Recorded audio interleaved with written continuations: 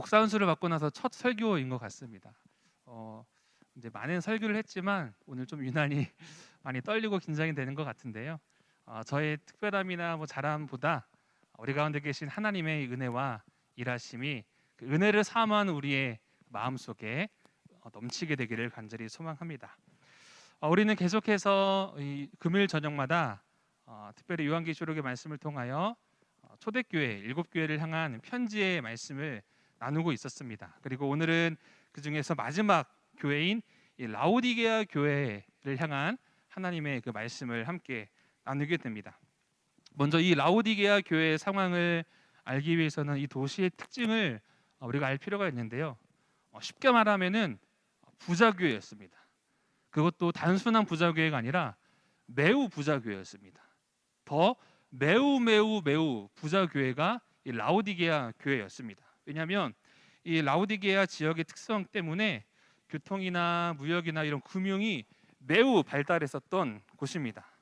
예를 들면 오늘날 뉴욕과 같은 그리고 홍콩과 같은 아주 금융적으로도 여러 모양과 모습에서 많은 사람들이 거하며 주를 이루는 아주 발달한 도시가 바로 이 라오디게아 교회 그리고 이 도시였습니다.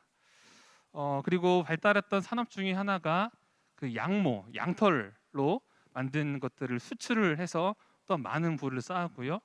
그리고 그 당시 유명한 의과대학이 그곳에 있었다고 합니다. 그래서 안약, 특별히 바르는 안약이 그 지역의 유명한 약이었고 또 그로 인하여서 많은 부를 이루었던 특징이 있습니다.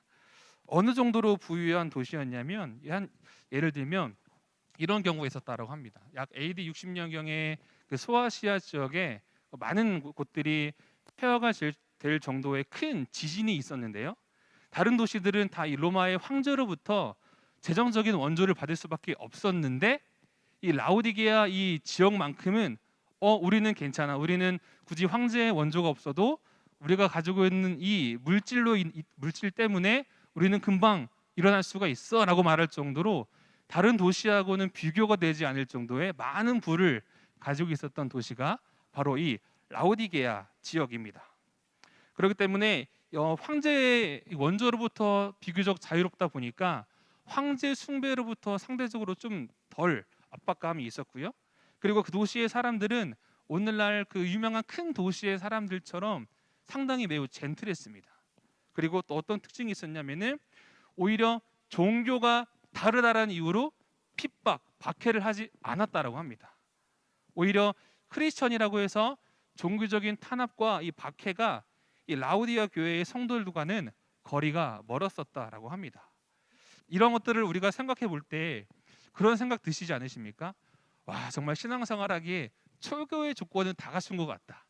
물질도 풍요롭지, 종교적인 박해도 덜하다 보니까 모이는 데에도 어려움도 없지, 그리고 삶이 풍요롭지, 많은 사람들이 모이는 곳이지, 정말 신앙생활하기에 있어서 최고의 조건들은 다 갖추었다라고 생각이 되어집니다. 그런데 모순된 부분이 뭐냐면요, 이처럼 우리가 겉으로 볼 때에는 신앙생활하기에 필요한 아주 좋은 조건들을 다 갖추고 있었던 교회임에도 불구하고 방금 읽었던 본문에서 발견되는 것처럼 예수님께서는 이 라오디게아 교회를 향하여 단 한마디 칭찬도 하지 않으십니다. 한번 우리 생각해 볼까요? 물론 많은 것들을 잘못한 부분들이 있어도 그 가운데 잘했던 부분이 한 가지 이상 있지 않겠습니까? 오히려 그 잘했던 부분들을 한 가지라도 조금 언급을 해주시면 자신들의 잘못함이 있어도 그래 그래도 주님의 칭찬이 있기 때문에 다시 일어서고 위로가 될 텐데 오히려 우리 주님께서는 이 라오디게아 교회를 향하여 단 한마디의 칭찬도 하지 않으십니다. 신앙생활하기에 필요한 좋은 조건들을 다 갖춘 조건이 있음에도 불구하고요.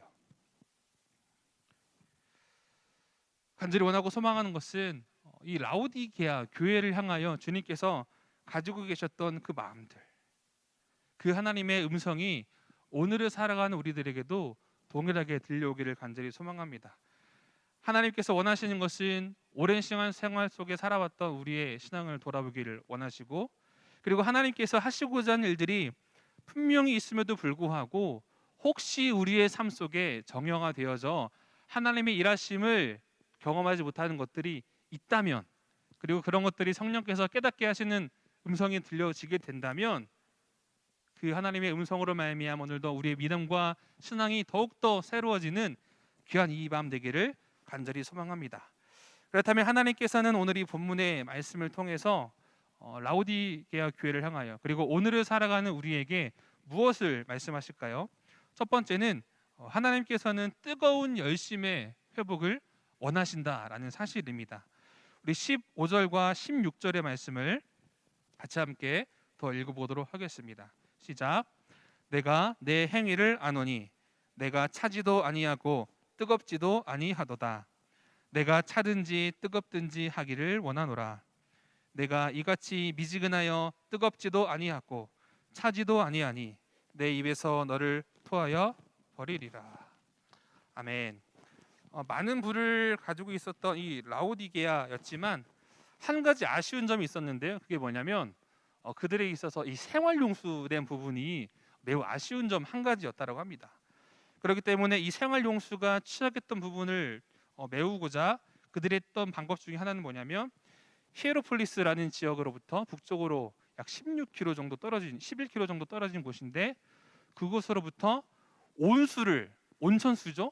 온천수를 공급을 받았고요. 그리고 이 동쪽으로 약 16km 떨어진 이 골로새 지역에서 찬물을 끌어와 그들의 생활용수로 사용을 했다라고 합니다.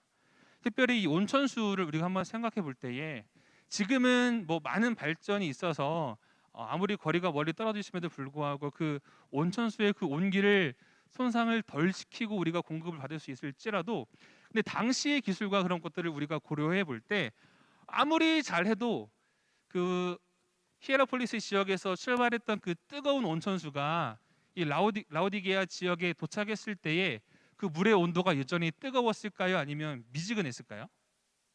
당연히 미지근했겠죠. 이 특성을 이 라오디게아 성도들은 잘 알고 있었어요. 그래서 주님께서 말씀을 하시는 게 뭐냐면 이 라오디게아 성도들의 그 신앙의 미지근한 태도를 얘기하신 거예요. 뜨겁든지 차든지 하라. 특별히 이 뜨거운 물을 공급 받아왔음에도 불구하고 미지근한 상태, 특별히 이 미지근한 상태의 물은 그들이 쓰기에 사실은 그렇게 좋았던 상태는 아니라고 합니다. 꿉꿉하고 성분도 좋지 않고 그런 물이었는데 이런 이 미지근한 물의 상태를 이 라오디게아 성도들은 잘 알고 있었기 때문에 주님께서는 그 교회 성도들을 향하여 미지근한 거, 특별히 16절에 이같이 미지근하여 네가 뜨겁지도 아니하고 차지도 아니하니 내 입에서 너를 토하여 버릴 것이다라고 말을 했던 것이죠. 그렇기 때문에 이 이야기를 들은 이 교회 성도들은 그 하나님의 그 말씀의 그 의미와 그 뜻이 더 잘 전달이 되었을 겁니다. 여러분, 뜨겁다라는 말은 어떤 뜻일까요? 우리가 잘 알고 있는 것처럼 신앙이 뜨겁다, 열정이 뜨겁다라는 것은 말 그대로 그 복음을 받아들이는 그 신앙의 그 뜨거움, 정말 그 열정, 열망 그런 것들을 의미를 하고요. 그리고 반대로 이 차갑다라는 것은 뭐냐면 복음을 받아들이지 않은 이 불신앙의 상태를 차갑다라고 표현을 합니다. 그런데 참 아이러니하고 재밌는 게 오히려 우리가 신앙적으로 생각해 볼 때 아니 주님 말씀을 하실 때 차갑든지 뜨겁든지 차갑든지는 빼시고 뜨거워라 열정을 가지고 뜨거워라 말씀을 하셔야 되는데 왜 차든지 뜨겁든지 하라고 말씀하셨나요? 라는 질문이 우리에게 들어올 수도 있죠. 근데 이 의미는 어떤 의미가 담겨 있냐면 역설적인 표현인데요. 신앙이 차가운 상태, 즉 복음을 받아들이지 않은 그 불신앙의 상태가 오히려 신앙의 그 미지근한 상태보다 나중에 복음의 열정을 더 활활 타오를 희망이 그들에게는 적어도 있다라는 거예요. 이해가 되시나요?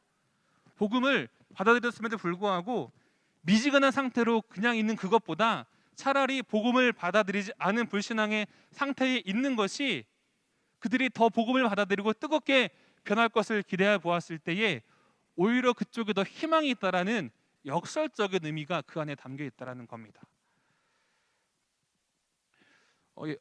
제가 설교를 준비하면서 한 이제 글을 봤는데 여러분 암세포는 어떤 환경에서 잘 활동을 하냐면요. 저온에서 신체적 특별히 저온에서 아주 활발히 암세포가 증식을 한다라고 합니다. 그런데 반대로 우리 인체에서 가장 온도가 뜨겁고 그리고 가장 활발한 활동이 일어나는 곳이 어디일까요? 심장이죠. 물론 이 심장에 암이 없는 것은 아니지만 아주 극히 일부분의 이 심장에만 암이 발견이 되는데 기사도 찾아보고 하니까 특별히 이 심장에는 암세포가 잘 증식을 하지 못한다고 하더라고요. 어떤 의미냐면은 이제 피가 철철 끓고 펄떡펄떡거리는 그 심장에는 암세포가 자리를 잡기 힘든 것처럼 우리의 영적인 생활 속에서도 뜨거운 구원의 열정, 뜨거운 하나님의 복음을 품은 열정이 우리 가운데 있다면 영적인 암세포가 우리 가운데에 자리를 잡을 수가 없다라는 의미가 되는 것이죠. 사랑하는 금호중앙교회 성도 여러분, 우리가 금호중앙교회를 다니면서 혹은 지금까지 우리가 신앙생활을 해오면서 가장 뜨거웠던 때는 언제인지 한번 생각해 보면 좋을 것 같습니다. 우리의 이 신앙의 여정 속에서 가장 뜨거웠던 때는 언제인가? 그리고 지금 나의 모습은 어떠한가? 물론 이 둘 사이에는 갭이 차이가 있을 거예요. 환경적으로도 그럴 수도 있고 물리적인 어려움들이 존재하기 때문에 그런 차이가 있을 수도 있지만 본질적으로 중요한 것은 뭐냐면 우리가 기억해야 할 것은 뭐냐면 바로 그 가운데 임하는 우리의 마음의 태도를 우리가 한번 점검을 해 보아야 한다라는 것입니다. 어느덧 우리의 신앙의 모습이 예수님을 믿는 사람의 모습에서 그저 교회를 다니는 사람의 모습으로 변해가고 있을 수도 있다는 사실입니다. 여러분, 교회를 다닌다라는 것과 예수님을 믿는다라는 것은 아주 큰 차이가 있습니다. 교회를 다니는 것은 믿음이 없어도 예를 들어 교회 생활을 통해서 나에게 무엇인가 유익이 주어지게 되잖아요.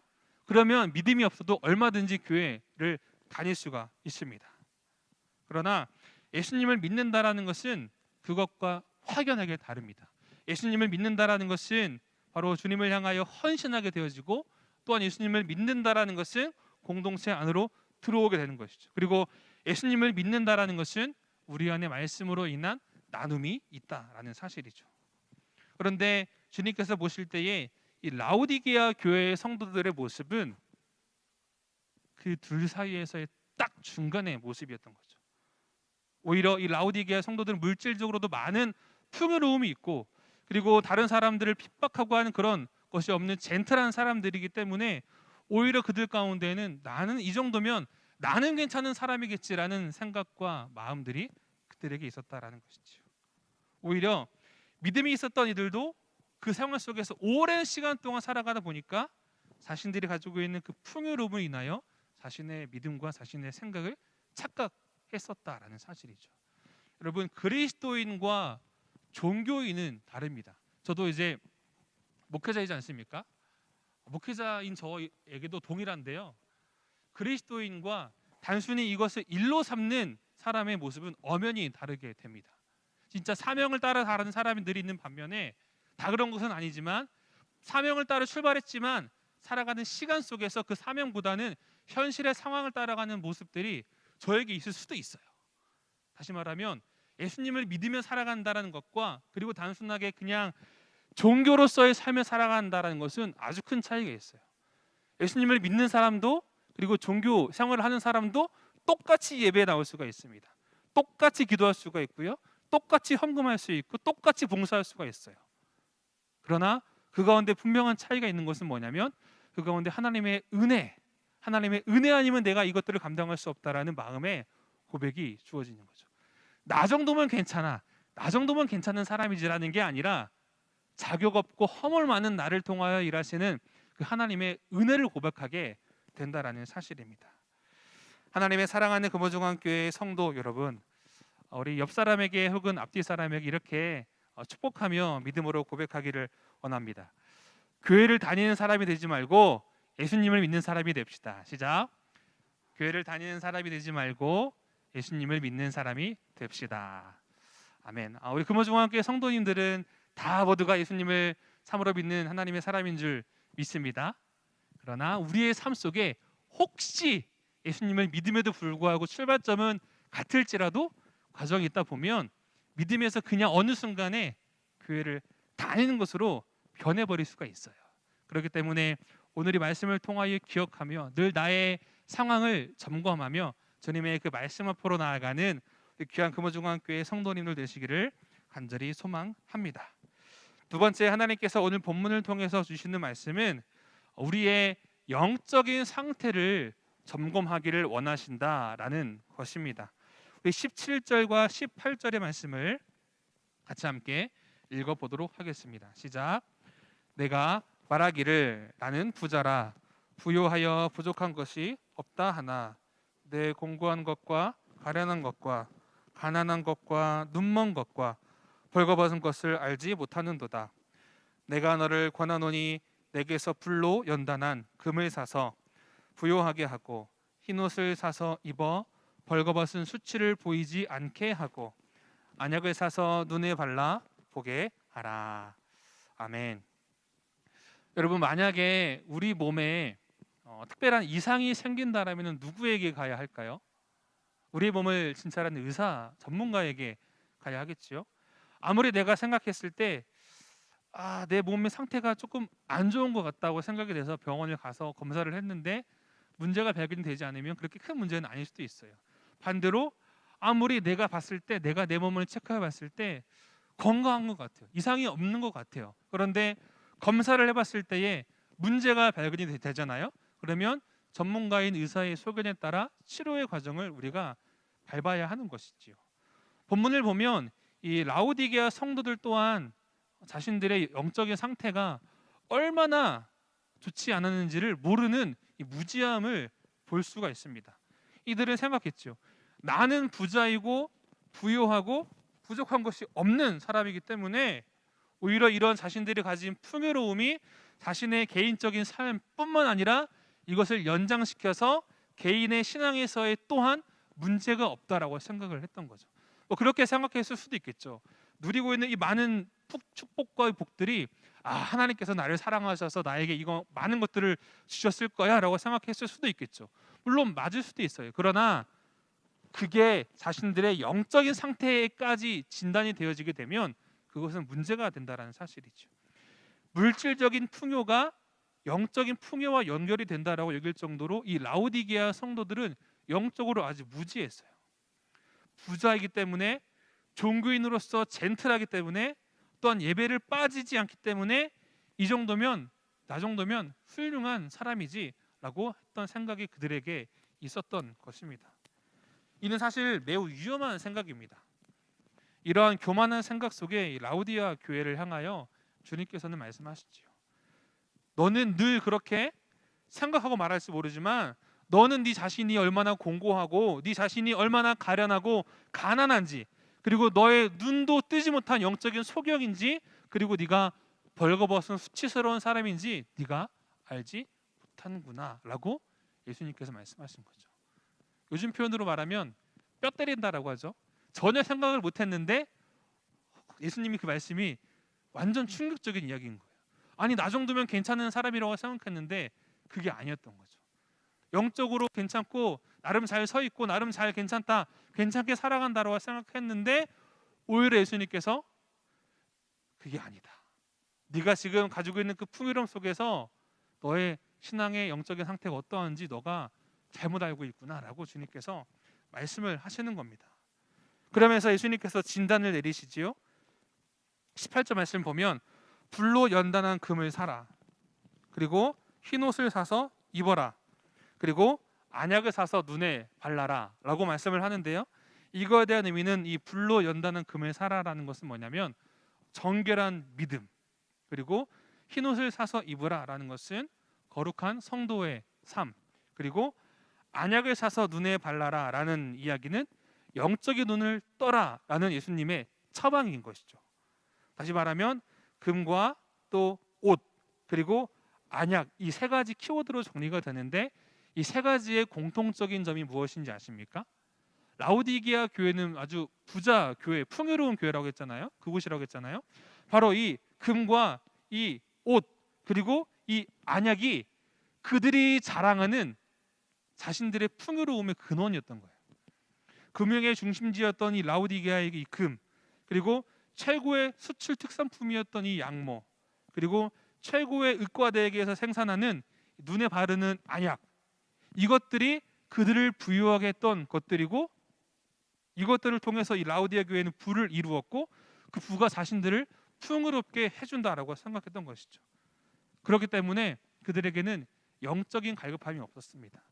그렇기 때문에 그들에게는 영적인 야성이 없었어요. 흑과 백 중에 딱 회색지대 중간 지점에 살았던 사람들입니다. 그런데 그런 그들을 향하여 예수님께서는 오히려 너희가 금과 옷과 안약을 통해서 부를 얻고 그것들이 너희들을 부하게 하고 윤택하게 해준다라고 생각을 하지만 너네는 실제로 너희들의 상태가 어떠한지 모르는구나 라고 예수님이 말씀하시는 겁니다. 이를 우리들에게 적용을 해보면 저 자신도 마찬가지인데요, 우리가 우리 자신을 가장 잘 안다라고 생각을 할 것입니다. 그러나 그보다 더욱더 중요한 것은 우리의 영적인 상태는 우리가 아니라 우리 주님이 가장 잘 아시지요. 우리 주님께서 우리의 영적인 상태를 가장 잘 아신다는 겁니다. 그리고 그 주님의 정확한 진단이 필요한데 그 정확한 진단을 하게 해주는 것이 바로 하나님의 말씀인 것입니다. 우리의 영적인 상태를 깨닫게 해주고 이를 우리 삶에 가장 잘 보여주는 게 바로 하나님의 말씀. 그리고 하나님의 말씀을 우리가 묵상하는 그 큐티의 시간이 우리에게 주어진 우리 영적인 상태를 점검해 볼 수 있는 시간이라는 것이죠. 여러분, 거울을 다들 보시죠? 거울 안 보시는 분 안 계시죠? 아침에 일어났을 때 이제 출근을 하기 전에 아니면 사람을 만나러 가기 전에 양치를 할 때나 머리를 손질할 때나 세수를 할 때나 다 거울을 봅니다.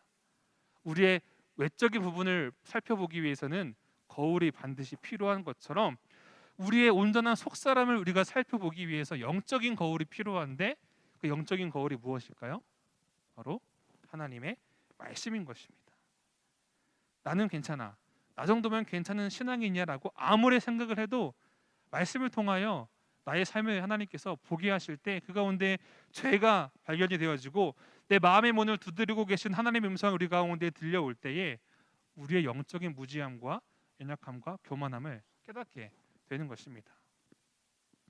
수요일 저녁마다 구역장님들이 모여서 그 큐티 나눔 말씀 나눔을 하고 있는데요. 그 구역장님께 동의를 구하진 않았지만 좀 말씀을 드리자면 한 권사님께서 출애굽기 말씀을 묵상하시면서 그런 이야기를 해주셨어요. 그동안 나는 내가 괜찮은 신앙의 인연이었던 것 같다라고 얘기를 하시더라고요. 그런데 출애굽기 말씀을 묵상하며 바로의 그 완악한 심성이, 바로의 그 완악한 모습이 나 자신의 모습이다라는 것을 고백을 하시더라고요. 사실 여러분, 우리가 성경을 볼 때 바로는 누가 보더라도 악인이지 않습니까? 바로는 누가 보더라도 하나님을 믿고 따르는 사람이 아닙니다. 그런데 그런 바로의 모습에서 나의 신앙의 상태를 발견을 한 것이죠. 바로 하나님 말씀을 가까이 하는 것을 거울 삼아 나의 영적인 상태를 발견하게 되는 것입니다. 바로 말씀을 통한 우리 삶의 정확한 진단이 있었던 것이지요. 사랑하는 금호중앙교회의 성도 여러분, 우리가 회복을 원한다면 정확한 진단이 있어야 분명한 회복이 우리 가운데 있게 됩니다. 우리의 삶에 혹은 영적으로 기울어져 있거나 아픔이 있는 부분들이 있다면 말씀을 통한 그 성령의 조명하심을 통하여 그 회개하는 역사와 은혜가 우리 모두에게 있기를 간절히 소망합니다. 기도의 자리가 사라졌다면 기도의 자리가 회복되어지는 은혜가 있기를 원합니다. 말씀의 은혜가 사라졌다면 말씀의 풍성한 은혜가 회복되어지는 시간 되기를 원합니다. 그리고 찬양의 열정이 식어졌다면 찬양의 그 감격의 은혜가 회복되어지는 은혜가 있기를 축복합니다. 나아가 내 안에 주님께서 기뻐하시지 않는 그 무엇인가가 있다면 거기로부터 돌이키고 결단하고 주님께서 기뻐하시는 거룩의 삶을 살아가는 우리 모두가 되기를 원합니다. 그리야 할 때에 우리의 인생을 통하여 하나님께서 하시고자 하는 많은 일들이 있는데 그 가운데 온전히 쓰임 받으며 살아가는 귀한 금호중학교의 성도님들 되시기를 간절히 소망합니다.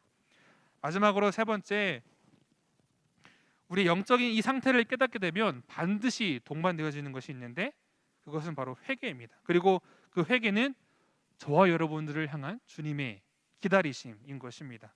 우리 19절과 20절의 말씀을 같이 함께 읽어보도록 하겠습니다. 19절 20절 말씀입니다. 시작. 무릇 내가 사랑하는 자를 책망하여 징계하노니 그러므로 내가 열심을 내라 회개하라.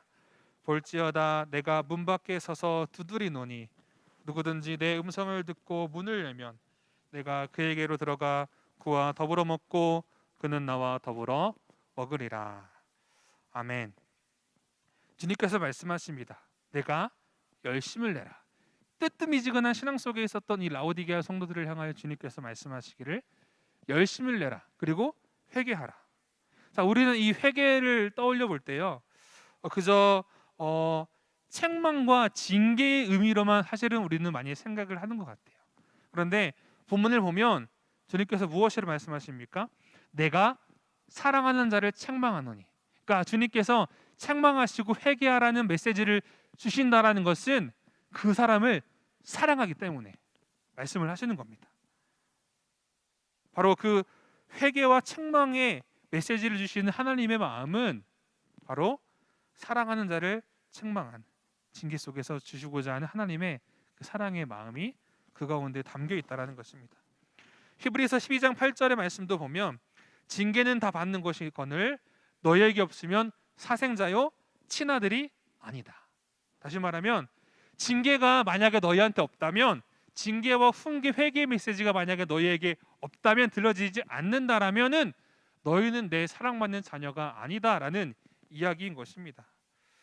이 말씀을 묵상할 때 저희 어린 시절이 조금 생각이 났어요. 여러분, 제가 어렸을 때 부모님한테 혼이 많이 났을까요? 안 났을까요? 안 난 것처럼 생기지 않았나요? 착하게 생겼잖아요. 그런데 참 많이 혼났던 기억이 납니다. 그리고 부모님, 특별히 어머니한테 주로 많이 체벌을 많이 받았는데, 그때 순간들을 한번 떠올려 보면 정말 그 어떠한 잘못에 대한 뉘우침보다라는 그냥 그 훈육의 상황을 모면하기 위한 발부둥이 컸던 것 같아요. 그런데 지금은 이제 부모가 되고 자녀를 키우다 보니 부모로서 자녀를 훈육하는 게 필요하지만 결코 쉽지 않다라는 것을 조금 깨닫게 됩니다.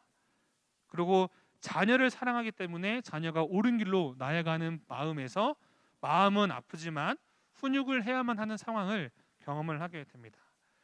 어렸을 때 당시 저는 어머니의 그 훈육 속에서 어머니가 나를 좀 많이 때리신다라고 생각했던 것 같아요. 그런데 어느 날 한 번은 잘못한 저를 훈육하시며 눈물을 흘리시는 어머니를 보았던 기억이 납니다. 그때는 보지 못했던 어머니의 모습에 일단 첫 번째 당황을 했고요. 어머니도 마음이 아프시구나라고 그냥 그 순간을 떠올리며 지나가게 됐는데, 이제 부모가 되고 보니까 그 어머니가 훈육하시면서 흘리신 그 눈물의 의미가 조금 다가오는 거죠. 자녀를 사랑하기 때문에 훈육을 할 수밖에 없는 부모의 애틋한 마음이 있구나. 그러면서 부모님의 그 모습에서 하나님의 마음을 떠올리게 됩니다. 사랑하기 때문에 우리를 징계하실 수밖에 없는 하나님, 사랑하시기 때문에 우리를 책망하시는 하나님, 그 우리의 아버지 되신 그 하나님의 사랑을 성경은 이야기를 합니다. 결국 회개해라 라는 이 돌이킴에 대한 메시지는 무엇이냐면 우리를 살리시기 위한 하나님의 강력한 사랑의 선포인 것입니다. 특별히 우리가 방금 보았던 20절의 말씀도 보면 볼지어다 내가 문 밖에 서서 두드리노니 누구든지 내 음성을 듣고 문을 열면 내가 그에게로 들어가 그와 더불어 먹고 그는 나와 더불어 먹으리라. 이 말씀도 우리가 보통 이해를 할 때 믿지 않는 사람, 특별히 초신자를 초청하는 메시지로 많이 이해를 하는데요. 그러나 본문을 보면 사실은 초신자를 향한 초청의 메시지가 아니라 풍요로움 속에 살아가다 보니 하나님과의 그 친밀한 교제, 참된 교제를 잃어버린 성도를 향한 주님의 초청의 메시지인 것이에요. 사랑하는 금호중앙교회 성도 여러분, 성령께서 우리의 마음을 깨닫게 하시고 고백하게 하시는 것들이 있다면 성령의 말하게 하심을 따라 고백하는 은혜가 있기를 소망합니다. 나아가 이미 계속해서 마음을 두드리고 계시는 거예요. 볼지어다 내가 문 밖에 서서 두드리노니, 이 말씀을 하시는 순간부터 두드리시는 게 아니라 회개 메시지가 선포되어질 때 그때부터 두드리고 계신 게 아니라 이미 그 전부터 계속해서 주님께서는 마음의 문을 똑똑똑 두드리고 계셨던 겁니다. 그리고 계속해서 그 마음의 문을 두드리시며 주님과의 교제로 부르시는 하나님의 그 음성이 들려지는 귀한 시간 되기를 원합니다. 그리할 때 하나님의 그 사랑의 인내, 그리고 오래 참으심, 그리고 기다리심, 그리고 측량할 수 없는 하나님의 사랑의 깊이를 경험하며 회복하고 그리고 증거하는 우리가 될 줄 믿습니다. 설교를 정리하도록 하겠습니다. 오늘날의 많은 교회들의 모습을 보면, 특별히 또 교회로서 삶을 사랑하는 나의 모습을 보면 참 라오디게아 교회와 같은 모습이 저에게 있음을 발견을 하게 됩니다. 외적으로는 극심한 핍박이 없고 오히려 평온한 교회의 모습을 보게 됩니다. 예배도 빠지지 않습니다. 그래서 저는 목회자이기 때문에 예배를 빠질 수 없지 않습니까? 예배도 빠지지 않습니다. 기도의 시간도 같습니다. 말씀의 시간도 같습니다. 복음을 전합니다. 많은 프로그램들이나 여러 모임과 예배, 그리고 좋은 환경, 정말 하나님께서 많은 은혜와 축복을 주셨습니다. 그런데 하나님께서는 오늘 라오디게아 교회들을 향하여 말씀을 하시는 것처럼 혹시 우리의 신앙생활 속에서 거짓된 자기만족 혹은 거짓된 포만감 속에 삶을 우리가 살아가고 있지는 않은지에 대한 돌아봄을 하나님께서 말씀을 하십니다. 찬송가 94장의 가사를 보면 참 우리가 많이 하는 찬송가인데요. 참 이 찬양 설교를 준비하면서 이 찬양이 좀 많이 클릭이 됐어요. 설교 준비하면서 또 찬양을 들으면서 설교를 막 준비하는데 그동안 했던 많은 고백인데 이 고백대로 삶을 살아가지 못하는 제 모습이 보이는 거죠. 주 예수보다 더 귀한 것은 없네. 이 세상 부귀와 바꿀 수 없네. 영 죽은 내 대신 돌아가신 그 놀라운 사랑 잊지 못해. 그런데 저는 많은 세상의 부를 따라 살아가려고 하거든요. 나 대신 돌아가신 주님의 사랑을 잊고 살아가는 쉬운 모습이 저에게 있더라고요. 주 예수보다 더 귀한 것은 없네. 이 세상 명예와 바꿀 수 없네. 이전에 즐기던 세상 일도 주 사랑하는 마음 뺏지 못해. 이전에 살았던 옛사람의 모습이 자꾸 저에게 있습니다. 주님을 사랑하는 사랑으로 살아가기를 원하지만 여전히 내 안에 죄악된 모습이 너무나 많고요. 그러한 삶을 살아가지 못하는 내 모습이 보여지게 됩니다. 주 예수보다 더 귀한 것은 없네. 이 세상 행복과 바꿀 수 없네. 유혹과 핍박이 몰려와도 주 섬기는 내 맘 변치 않아. 제가 특별하게 주님을 부인하고 거부하며 엇나가는 것은 아니지만 찬송의 고백처럼 때로는 유혹과 핍박 속에 무너지는 제 모습을 보게 됩니다. 세상 즐거움 다 버리고 세상 사랑 다 버렸네. 주 예수보다 더 귀한 것은 없네. 예수밖에는 없네. 그런데 저는 한 주간의 삶도 오늘 하루의 삶도 주님을 배반했습니다.